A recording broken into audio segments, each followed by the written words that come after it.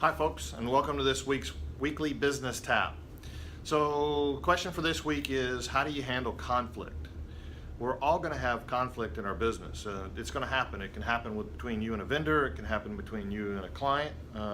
It can happen in particular between team members, especially when you get a bunch of team members in an office together and we get some conflict going. So the question is how do you handle it?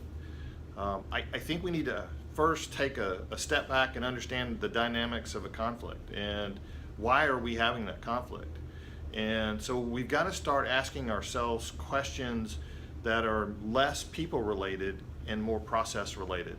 So if you find yourself getting in some conflicts, I want to talk about doing a three-step process. So first step, when you run into a conflict, let's number one, let's take a deep breath.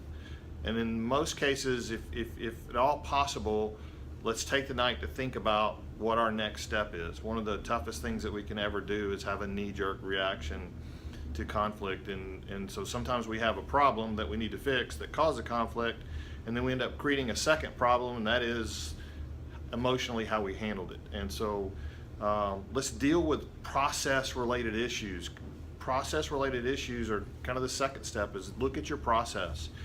If your process is bad, that's what's causing the conflict. And it could be a situation between an office staff and an outside sales staff, and you find that people are blaming each other. And blame makes us live below the line, as we say here in ActionCOACH, but it doesn't have any benefit or value. So let's make sure that we look at a process first instead of trying to go find out who did what. We need to be asking ourselves what happened in the process. And sometimes that will involve someone not following the process. The third step in conflict is take a minute and think about what the outcome should be and what you need to do, how you need to be involved. And sometimes we talk too much ourselves and we're trying to tell people. And a lot of times a way to figure out conflict or how to overcome it is to ask great questions, because sometimes the conflict stirs from something that's completely opposite of what appears to be the problem. So practice this a little bit. Take the time and get unemotional about it. Take the emotion out of it. Review the process and see how the process was followed. And then finally take a second and really ask great questions and let the people in the conflict communicate. And I think you'll find great results. As always, if you need help with this, then contact me. Get a coach. Remember, if your business needs traction, then get into action. Y'all have a great week.